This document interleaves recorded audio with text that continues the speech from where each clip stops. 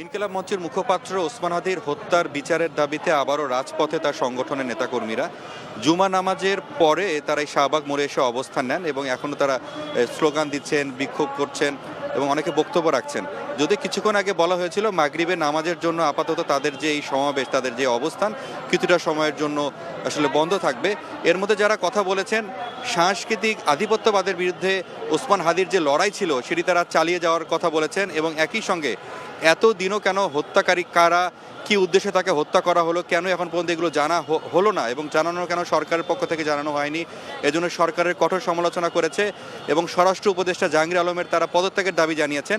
এবং যেহেতু বলা হচ্ছে বারবার যে মূল যে অভিযোগকারী ফয়সাল সে ভারতে পলাতক রয়েছেন, তার বিষয়ে কেন একটি ধোঁয়াশা তৈরি করা হয়েছে, সে আসলে কোথায় আছে, কি অবস্থায় আছে, কেন এখন সরকারের পক্ষ থেকে পরিষ্কার করা হচ্ছে না, এই জন্য তারা ক্ষোভ জানিয়েছেন।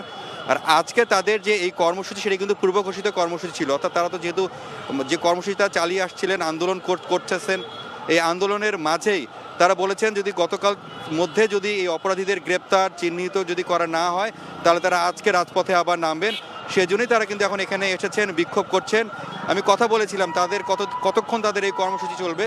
তারা বলেছেন দাবি মানা না পর্যন্ত, অর্থাৎ অপরাধী কারা, অপরাধীদেরকে চিহ্নিত করা, গ্রেপ্তার, বিচারের সুনির্দিষ্ট যদি কোনো সরকারের পক্ষ থেকে যদি কোনো আশ্বাস না আসে, না হওয়া পর্যন্ত তারা রাজপথে থাকবেন এবং আন্দোলন চালিয়ে যাবেন। জানছিলাম হাদি হত্যার বিচার নিয়ে শাহবাগে সড়ক অবরোধের খবর।